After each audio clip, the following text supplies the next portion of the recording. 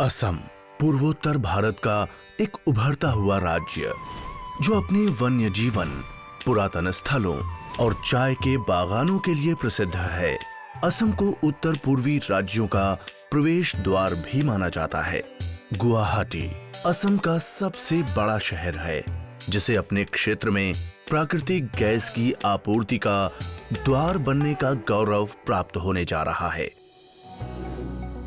गेल India limited Bharat सरकार का एक ऐसा महारत्न उपक्रम है जो कि प्राकृतिक गैस के सबसे बड़े पाइपलाइन नेटवर्क के निर्माता एवं संचालन करता है।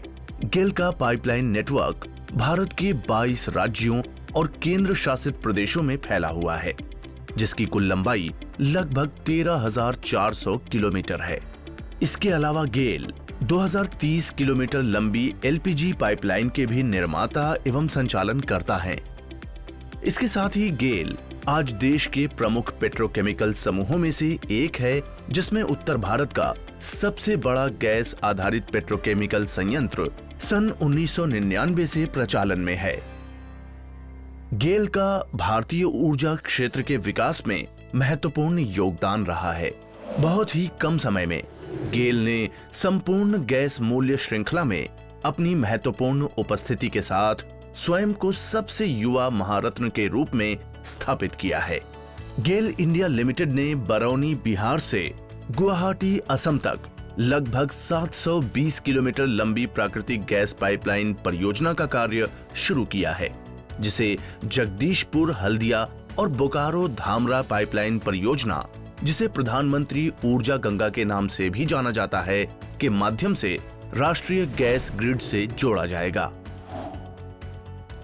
प्रधानमंत्री ऊर्जा गंगा परियोजना का कार्य काफी शीघ्र गति से किया जा रहा है और तय समय के अनुसार प्रगति पर है।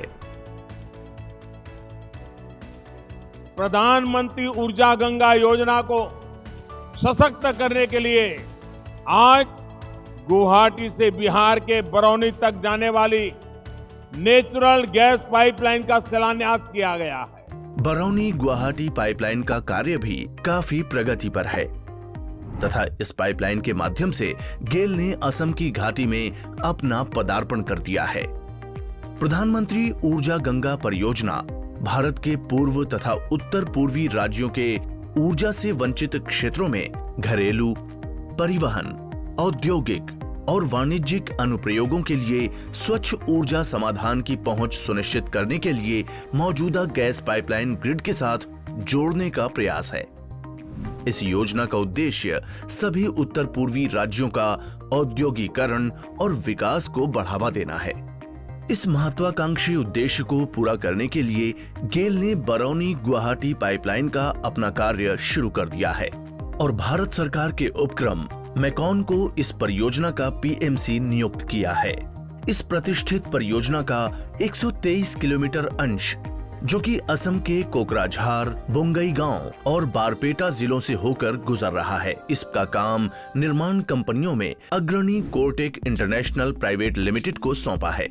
किसी भी गैस पाइपलाइन निर्माण प्रक्रिया में कई चरण होते हैं। प्रत्येक चरण के लिए विशेष रूप से प्रशिक्षित टीम का चयन किया जाता है, जो उच्चतम गुणवत्ता को सुनिश्चित करने के लिए विशिष्ट कार्य करती है। इन सब के अलावा किसी भी सफल उद्यम की सफलता उसके संसाधनों के कुशल संचालन पर निर्भर करती है, जिसके लिए कुशल प्रबंधन की आवश्यकता होती है। पाइपलाइन परियोजना को योजनाबद्ध तरीके से किया जाता है और इसकी शुरुआत मार्ग सर्वेक्षण से उपयुक्त मार्ग की पहचान के साथ होती है, जिसके बाद भूमि पर कार्य के लिए अधिकार की कार्यवाही की जाती है। यह कार्य जितना सहज लगता है उतना है नहीं और इसके लिए प्रभावित लोगों से कई दौर की वार्ता और उनके मुआवजे से जुड़ी जिज्ञासाओं के समाधान की आवश्यकता पड़ती है। प्रभावित लोगों के पास उचित भूमि स्वामित्व के दस्तावेजों की अनुपलब्धता से कार्य में काफी विलंब भी होता है।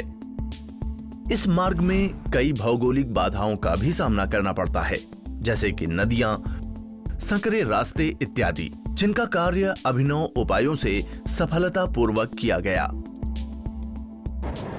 इस मार्ग में काफी संख्या में रेलवे ट्रैक तथा व्यस्ततम राजमार्गों को भी पार करना था। जिनका कार्य भी प्रशिक्षित टीम द्वारा सावधानी पूर्वक किया गया। इसके साथ ही इस बात का भी ध्यान रखा गया कि कार्य की जगह को कार्य के पश्चात यथा स्थिति में रखा जाए।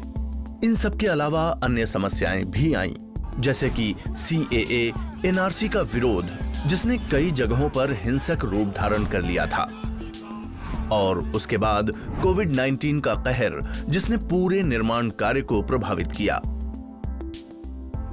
लेकिन जैसा कि कहा जाता है, चुनौतियों का दूसरा नाम ही है समाधान। इसी की अनुपालना करते हुए गेल, मैकॉन और कोर्टेक की प्रशिक्षित टीमों ने सभी चुनौतियों का डट कर सामना किया। पाइपलाइन का कार्य कई चरणों में किया जाता है, जो कि कुछ इस प्रकार है। इसकी शुरुआत प्री कंस्ट्रक्शन सर्वे से होती है। पाइपलाइन मार्ग को पहले चिन्हित कर खूंटा लगाया जाता है और पर्यावरणीय विशेषताओं और मौजूदा संरचनाओं को स्पष्ट रूप से परिभाषित किया जाता है। पाइपलाइन के निर्माण के लिए एक नाले के समान खाई खोदी जाती है और खुदाई से निकली मिट्टी को कुछ समय के लिए जिस ओर काम न हो रहा हो वहां रख दिया जाता है। फैक्ट्री में बने पाइपों को पहले एक के बाद एक रखा जाता है और फिर उन्हें एक एक करके वेल्ड किया जाता है। ये कार्य इस तरह से किया जाता है ताकि बची हुई जगह में पाइपलाइन का कार्य सुचारू रूप से किया जा सके। पाइपलाइन के मार्ग और रूपरेखा के अनुसार पाइप को आवश्यकता अनुसार मोड़ा जाता है। इसके लिए बेंडिंग मशीन का उपयोग किया जाता है। पाइपलाइन की वेल्डिंग के बाद उसे खुदी हुई ट्रेंच के पास अस्थायी रूप से रखा जाता है। वेल्डिंग किए हुए सभी जोड़ों को पहले देखकर और उसके बाद रेडियोग्राफी के माध्यम से अच्छे से निरीक्षण किया जाता है, जिससे यह पुष्टि हो सके कि जोड़ में कोई त्रुटि न रहे। अगर किसी तरह की त्रुटि पाई जाती है तो उसे ठीक करने के लिए दोबारा वेल्डिंग की जाती है। संपूर्ण पाइपलाइन में वेल्डिंग किए हुए जोड़ों को लेपित किया जाता है और वैद्युतिक तरीके से निरीक्षण किया जाता है ताकि किसी भी तरह की कमी का पता लगाकर उसे ठीक किया जा सके। भविष्य में किसी भी खुदाई से पाइप को नुकसान से बचाने के लिए पाइपलाइन के ऊपर एक भूमिगत चेतावनी जाल बिछाया जाता है, जो पाइपलाइन की उपस्थिति और आपातकालीन संपर्क केंद्र के बारे में बताता है। इसी तरह पाइपलाइन के मार्ग में आने वाली नदियों तथा अन्य महत्वपूर्ण क्रॉसिंग्स को HDD के तरीके से क्रॉस किया जाता है।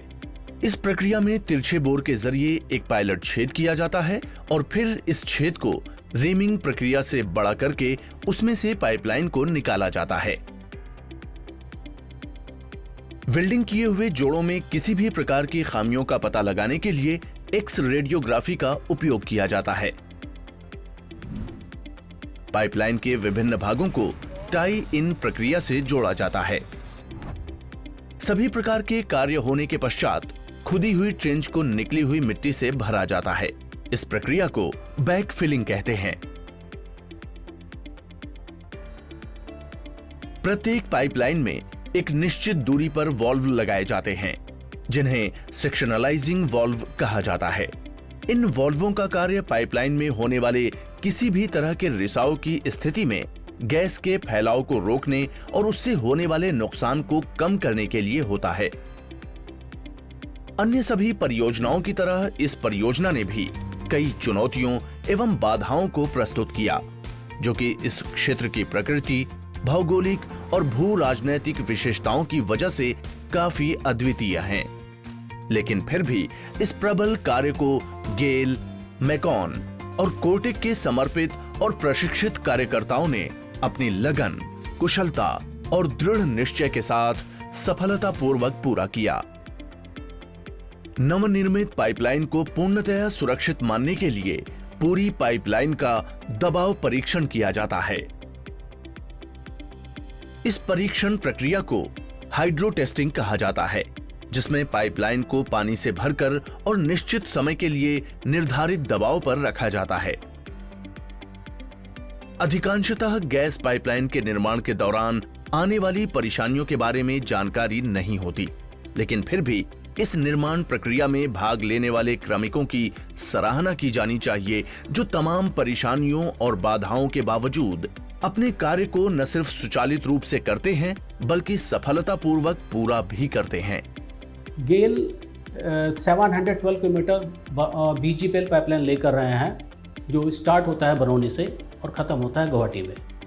इसके ये अवार्ड जो किया गया था प्रोजेक्ट को दिसंबर 2018 में किया गया था और ये सितंबर 2020 में कंप्लीट होना था।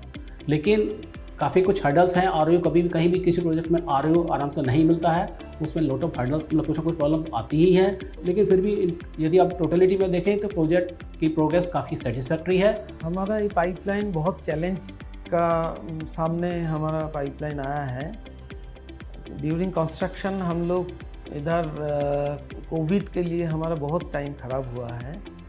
वैसे भी आसाम में काम करना बहुत चैलेंज है, क्योंकि ज़्यादातर टाइम आसाम में बारिश होता है, तो हमको काम करने के लिए 1 साल में 6 महीने से ज़्यादा टाइम नहीं मिल रहा है। तो इसके अंदर हम लोग काम कर रहे हैं। हमारा जो टीम का डेडिकेशन, इसके अलावा इधर और एक चैलेंजेस है, लोकल थोड़ा बहुत प्रॉब्लम आता है, लेकिन हम लोग के साथ लोकल एडमिनिस्ट्रेशन बहुत सपोर्ट कर रहा है। इनके सपोर्ट से हम लोग जो भी प्रॉब्लम आता है, छोटा मोटा प्रॉब्लम है, उसका हम ओवरकम करते हैं। इस पाइपलाइन के पूरा हो जाने के उपरांत न सिर्फ लोगों को पर्यावरण अनुकूलित गैस की आपूर्ति हो पाएगी, बल्कि इस क्षेत्र के लोग अपने जीवन में समृद्धि और खुशहाली के एक नए अध्याय का स्वागत भी करेंगे। सपने देखना आसान है, लेकिन उसे वास्तविकता में बदलना, उसे फलीभूत करने वाले कर्मियों के कठिन परिश्रम, लगन और दक्षता की निशानी है। आखिरकार एक मुस्कान कड़ी मेहनत का सबसे बड़ा पुरस्कार है।